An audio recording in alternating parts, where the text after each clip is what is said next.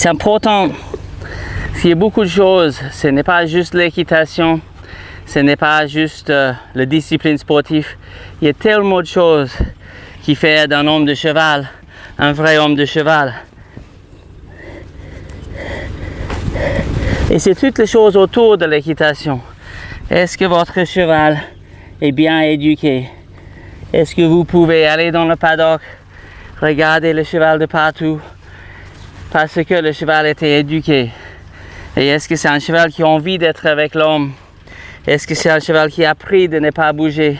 Est-ce que c'est un cheval qui est éduqué de donner ses pieds et de ne pas bouger? C'est toute l'éducation de l'animal et pas seulement l'équitation. Éduquer le cheval de ne pas bouger et ça va faciliter beaucoup de choses.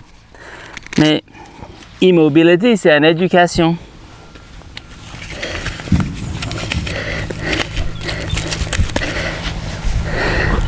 Et c'est pareil que tout le reste. Rendre la bonne réponse facile pour le cheval, vous pouvez même le renforcer.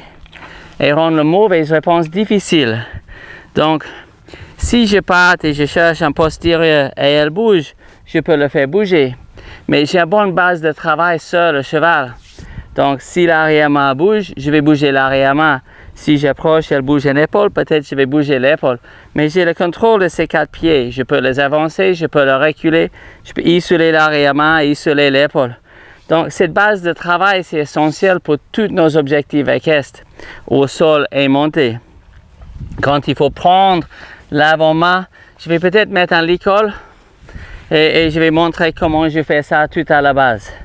Donc là, je viens de mettre le licol. Il est essentiel déjà, il y a des prérequis. Je peux contrôler ces 4 pieds. J'ai déjà fait un grand boulot de désensibilisation.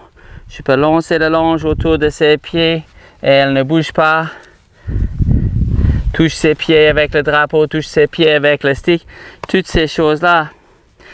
Donc, la base, c'est l'éducation. Et après, qu'elle a appris avec la désensibilisation, avec des choses comme ça, de ne pas bouger, de ne pas fuir. Maintenant, mettre le longe sur ce bras-là, glisse la main sur la jambe. C'est le châtaigne, j'espère que je prononce ça correctement, et éduquer le cheval de donner le pied. Longe ici, toujours le contrôle de la tête, capable de ramener la tête vers moi, glisse la main sur la jambe, et à l'intérieur ici, il y a le châtaigne, et je pense ça à l'instant qu'elle lève la jambe, je l'enlève, et après, je serre, elle lève la jambe, je prends la jambe. Une fois dans un stage, j'ai demandé à monsieur, comment tu fais pour prendre la jambe d'un cheval, pour prendre ses pieds? Il me disait, je ne fais pas. J'ai regardé un petit peu bizarrement. Il disait, je ne prends pas ses pieds. J'ai éduqué le cheval de donner ses pieds. Il y a toute une différence.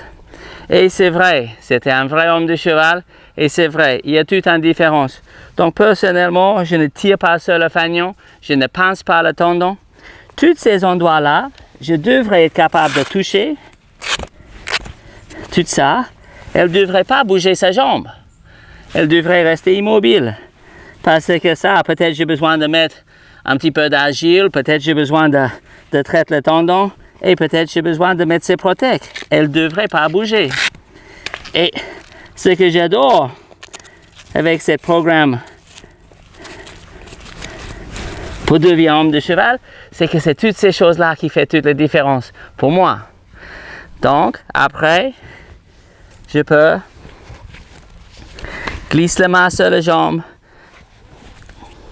pince le châtaigne, lève la jambe et je le prends.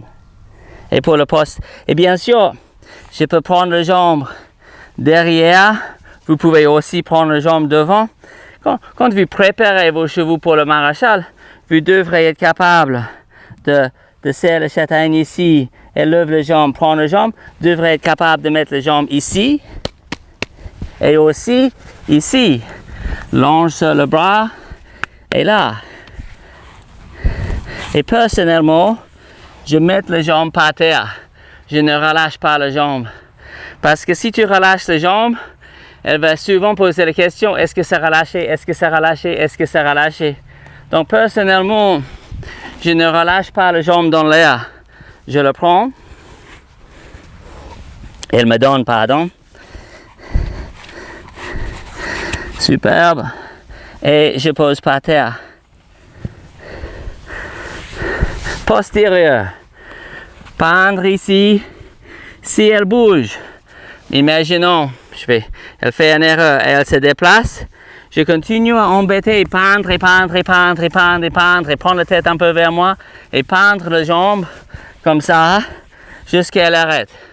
Rendre ce que tu ne veux pas inconfortable.